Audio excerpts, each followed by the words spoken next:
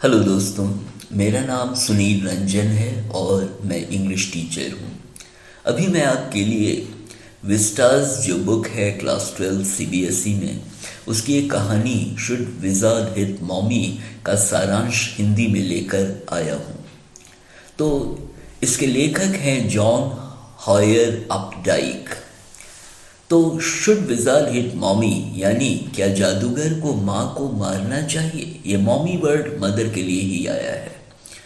तो इस कहानी के लेखक हैं जॉन हॉयर अपडाइक। इनका जन्म 1932 में 18 मार्च को हुआ था और उनकी मृत्यु 27 जनवरी 1909 में हो गई थी। वे एक अमेरिकन उपन्यासकार, कवि, लघु कथाकार और कला और साहित्य के समीक्षक थे।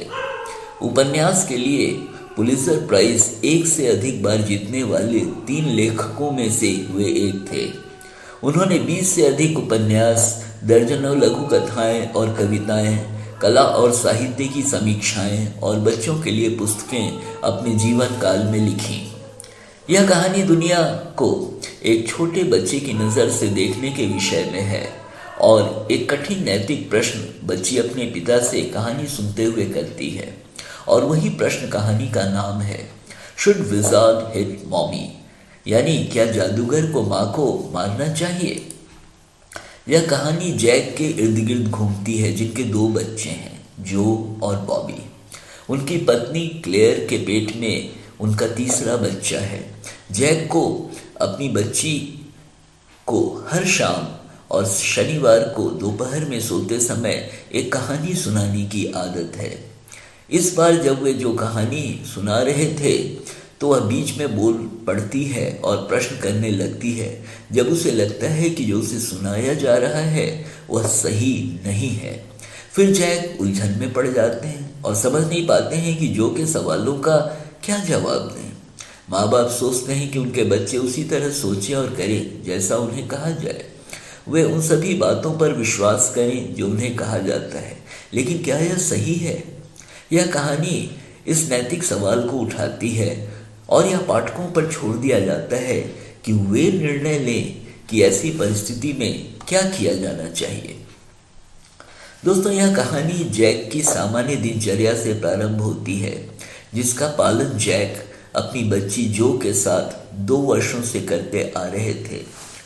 उनकी बच्ची 2 वर्ष की थी जब यह परंपरा प्रारंभ हुई थी और आज वह 4 वर्षों की हो चुकी है। परंपरा यह थी कि जैक प्रतिदिन शाम को सोने से जाने के पहले और शनिवार को दोपहर में सोते समय जो को एक कहानी सुनाया करते थे। अब इस बार बात यह थी कि वो इतने लंबे समय से उसे कहानी सुनाते आ रहे थे कि उनके मन में कहानी सुनाने के लिए कोई नई बात नहीं आ रही थी। अब जो भी कहानी सुनते सुनते सो नहीं पा रही थी, इसलिए प्रतिदिन जब वे उसे कोई कहानी सुनाते थे तो वह कहानी पहले वाली कहानी से बहुत कुछ मिलती जुलती ही लगती थी। रॉजर नाम के एक जानवर के आसपास ही घूमती थी। वह जानवर जो हर दिन बदल जाता था। रॉजर को कोई समस्या होती थी और वह बुद्धिमान उल्लू के पास मदद के लिए चला जाता था, जो उसे जादूगर के पास भेज देता था।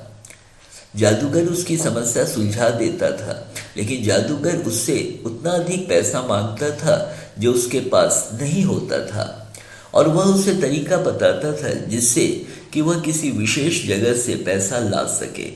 फिर रॉजर उस जगह पर जाकर पैसा ले आता था और फिर वापस प्रसन्न होकर अपने दोस्तों के पास चला जाता था और उनके साथ खेलने लगता था। इस विशेष शनिवार के दिन सोते समय जैक ने जो से पूछा कि वह किस जानवर की कहानी सुनना चाहती थी। जो ने जवाब दिया कि वह स्कंक की कहानी सुनना चाहती थी। दोस्तों, स्कंक एक जानवर होता है जिसके शरीर से बहुत बुरी गंध निकलती है। फिर जैक ने रॉजर स्कंक की कहानी प्रारंभ की, जो एक बहुत दुर्गंध देने वाला जानवर था। उसके कोई भी दोस्त उसके साथ खेलना पसंद नहीं करते थे। एक दिन वह बुद्धिमान उल्लू के पास गया और उसे अपनी समस्या के विषय में उसने बताया। बुद्धिमान उल्लू ने उसे जादूगर के पास भेज दिया। जब वह जादूगर के पास पहुंचा तो जादूगर ने उससे पूछा कि वह कैसा महकना चाहता था। रॉजर ने जवाब दिया कि वह गुलाब की तरह महकना चाहता था। जादूगर के जादू से वह गुलाब के फूल की तरह ही महकने लग गया। उसके बाद जब उसके पास इतने पैसे नहीं थे कि वह जादूगर को दे सके, तो जादूगर ने उसे जादू के कुएं के पास जाकर उसके 3 चक्कर लगाने के लिए कहा, जिसके बाद उसे 3 पेनीज, मतलब पैसे को ही कहते हैं, पेनीज मिलेंगे, जिसे वह जादूगर को लाकर दे दे। स्कंक ने वैसा ही किया और जादूगर को पैसे दे दिए। फिर जब वो अपने दोस्तों के पास आया तो सभी दोस्तों ने उसे घेर लिया, क्योंकि उसके शरीर से बहुत अच्छी महक आ रही थी। लेकिन जब वो अपने घर गया तो उसकी माँ को उसकी महक अच्छी नहीं लगी और वह उससे पूछी कि किसने उसे ऐसी महक दी थी। रॉजर ने पूरी कहानी अपनी माँ को सुना दी। रॉजर की माँ ने कहा कि उन्हें उसकी पहले वाली महक अधिक अच्छी लगती थी और उसकी महक एक स्कंक की सहज महक थी। तब स्कंक ने अपनी माँ को बताया कि कैसे दूसरे जानवर उसकी गंदी महक से दूर भागते थे, लेकिन उसकी माँ ने कहा कि वह उस बात की परवाह नहीं करती। वह उसे वापस जादूगर के पास ले गई और जैसे ही जादूगर ने दरवाजा खोला, वह जादूगर के सिर को अपनी छतरी से मार बैठी। जादूगर ने स्कंक की महक को वापस उसकी गंदी महक में बदल दिया। लौटते समय स्कंक को एक ट्रेन की आने की आवाज़ सुनाई दी। उसके पिता उस ट्रेन से आ रहे थे। सबों ने साथ खाया। जब स्कंक सोने ही वाला था तो उसकी माँ उसके पास आई और बोली कि वह उसे उसके सहज रूप में ही प्यार करती थी और उसे बदलने की कोई ज़रूरत नहीं थी। यहाँ कहानी समाप्त हो जाती है। फिर जो ने अपने पिता से पूछा कि क्या दूसरे जानवर स्कंक को छोड़कर भाग गए, तो उसके पिता ने जवाब दिया, नहीं, उन सबको उसकी महक की आदत हो गई थी। जो को यह सुनकर अच्छा नहीं लगा जब स्कंक की माँ ने उसे उसकी गंदी महक वापस दिलवा दी थी। वह चाहती थी कि उसके पिता उसे अगले दिन कोई दूसरी कहानी सुनाए जिसमें जादूगर माँ को उलट कर मारे और स्कंक को उसकी पहले वाली गंदी महक को वापस देने से मना कर दे।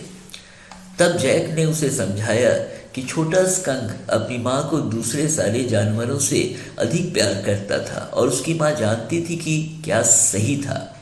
यह सुनकर जो अपने पिता से जिद करने लगी कि वे उसे अगले दिन उस जादूगर के उस माँ को मारने की बात कहेंगे, और वह बिस्तर पर पैर उठाकर इस बार बिना हंसे बैठ गई।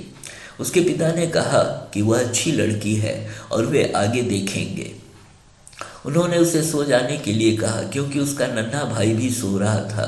उन्होंने दरवाज़ा बंद कर दिया और नीचे चले गए। उनकी पत्नी कुर्सियों को ब्रश से रंग रही थी। उन्हें ऊपर से कदमों की आवाज़ सुनाई दी। जब उन्होंने अपनी बच्ची को जोरों से डांटा तो वह आवाज़ थम गई। फिर उनकी पत्नी ने कहा कि कहानी लंबी थी। उन्होंने थके हुए जवाब दिया, बेचारी बच्ची, और अपनी पत्नी को रंग करते देखते रहे।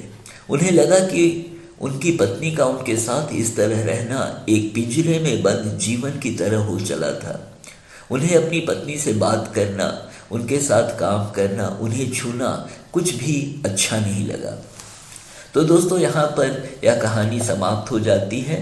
और यदि आपने मेरे चैनल को सब्सक्राइब किया है तो थैंक यू वेरी मच। यदि आपने नहीं किया है और यदि आप करेंगे तो मैं वादा करता हूँ कि मैं समय समय पर आपके लिए अच्छे वीडियोस बनाकर लाता रहूँगा। Thank you.